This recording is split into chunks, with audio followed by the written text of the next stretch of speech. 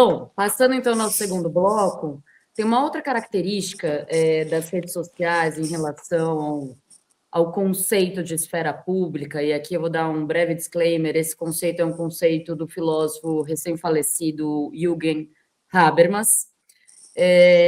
A esfera pública, ela compreende na modernidade, a partir da modernidade, toda a mídia, todo o complexo da indústria cultural, revista, cinema, televisão, rádio, jornal, enfim.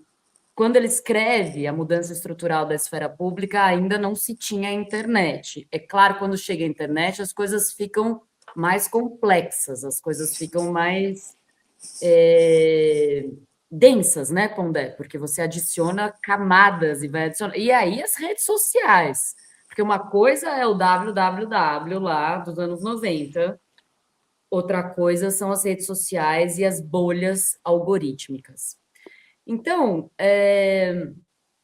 essa esfera pública era o lugar onde o debate político, por excelência, acontecia por meio de quê? Por meio dos formadores de opinião. Pondé é um formador clássico de opinião, escreve no jornal, fala na TV, está em diversas mídias, né? Só para dar um exemplo aqui, para ficar claro para vocês. E essa esfera pública, ela dá lugar a um feed personalizado, um feed que vem customizado, né, feito para a Gabriela, de acordo com as preferências da Gabriela, e também há uma espécie de democracia direta. Eu queria que você comentasse esses dois aspectos da transformação da esfera pública com as redes sociais, Pondé, o impacto disso na democracia, evidente. Porque quando fala o Habermas, ele está pensando na esfera pública que dominou a modernidade até então, né? Na filosofia... Então, ele quer dizer, até a internet e, sobretudo, as redes sociais, né, Pondé? Sim, até então, até antes de acontecer isso, né? Então, a gente está falando final do século XX, comecinho do XXI, né? No âmbito da filosofia, inclusive política, a teoria da comunicação, né, do Habermas, o Habermas é considerado um pouco, hoje, ele é considerado um pouco naif. Sim, Né? mas naif eu acho até pela teoria da ação comunicativa e tudo isso, Sim, mas um pela pouco própria naif, esfera né? pública. Sim. Assim, para quando você vê a escola de Frankfurt, gente como Adorno, Horkheimer, assim, duros, né, na análise da modernização, o Habermas, inclusive, foi muitas vezes acusado pelos marxistas de fazer porque ele era o herdeiro da escola de Frankfurt, né, como Axel Honneth é hoje, ele era acusado de ter feito uma guinada liberal, né, e de passar a acreditar... Kantiana. Exatamente, uma guinada kantiana liberal. Sim. Hoje, com as redes sociais, você, enquanto eleitor, pessoa que está ali querendo se informar, digamos assim, é possível se organizar um pacote de conteúdos para você. O escândalo da Cambridge Analytica, inclusive, está ligado a isso na origem.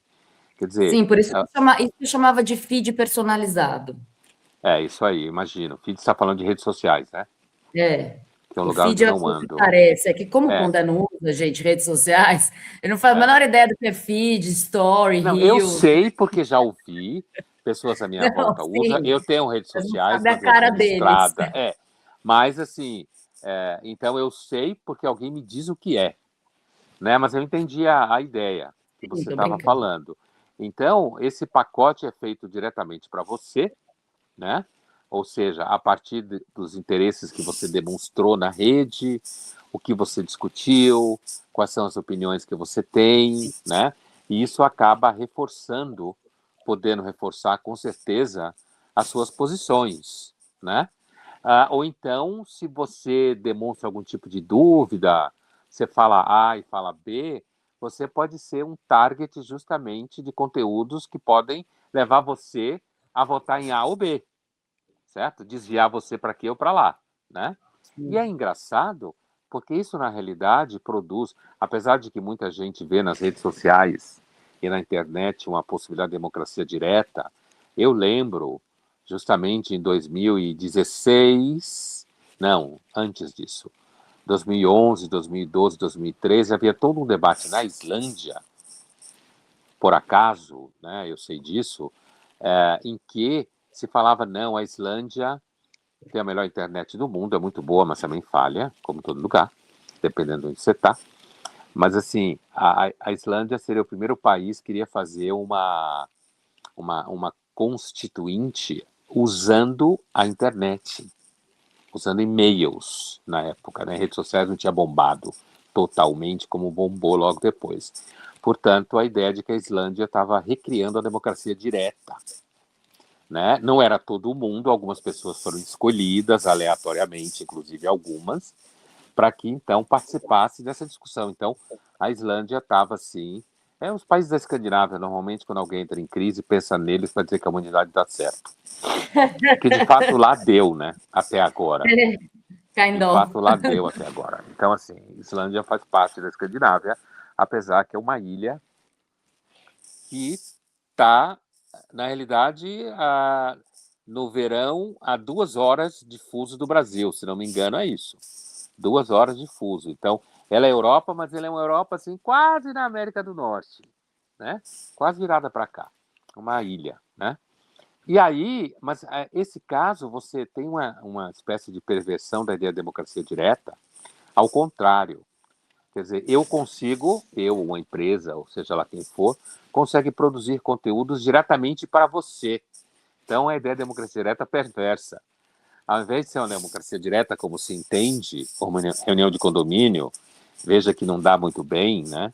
E é um grupo de pessoas que alguns entre elas se odeiam profundamente, né? Ao redor de uma decisão por academia, por piscina, né? Por portaria remota, né? Então, essas coisas aí.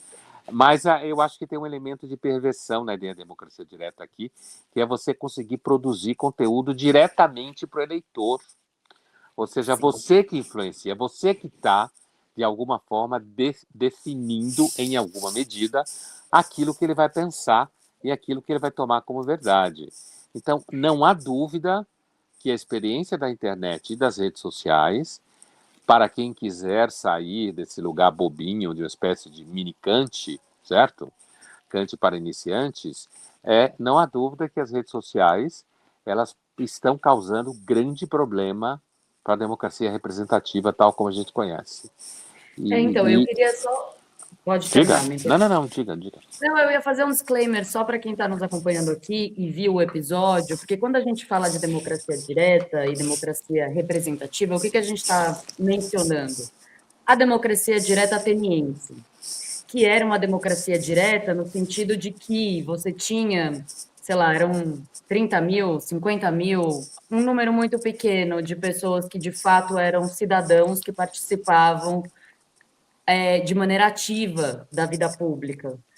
Então, a gente, quando fala de democracia direta, significa que você está falando diretamente com o seu político, e não por meio de representação, que é o que o seu voto faz no final das contas, elege alguém que te representa, né, Pondé? Não, Então, é assim, na realidade, assim, o cara que vai lá na Assembleia, não havia políticos profissionais exatamente, né? Havia grandes retóricos e tal, grandes famílias, inclusive. A democracia ateniense foi criada para acabar com o caos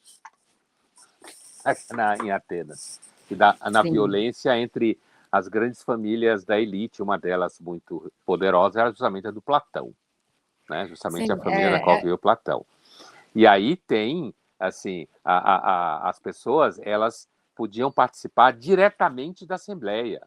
Então, tanto você poderia ser aquele que naquele momento estaria na Assembleia, depois havia o rodízio, outros estariam na Assembleia, enquanto que a nossa democracia, como gostam de chamar com raiva, é indireta.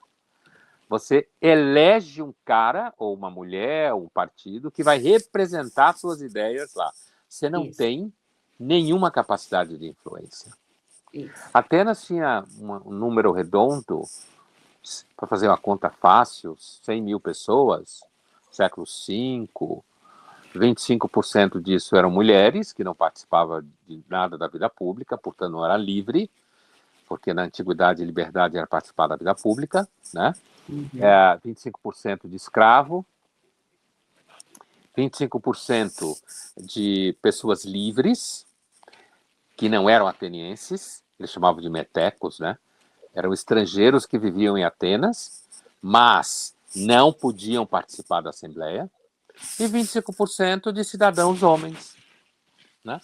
E esse povo aí que podia tomar decisões. Entre nós, é sempre representativo e os caras viram as costas para nós, na verdade, depois que ele... Eu quero até trazer uma anedota que é interessante, anedota, eu nunca sei exatamente como que deve falar a palavra.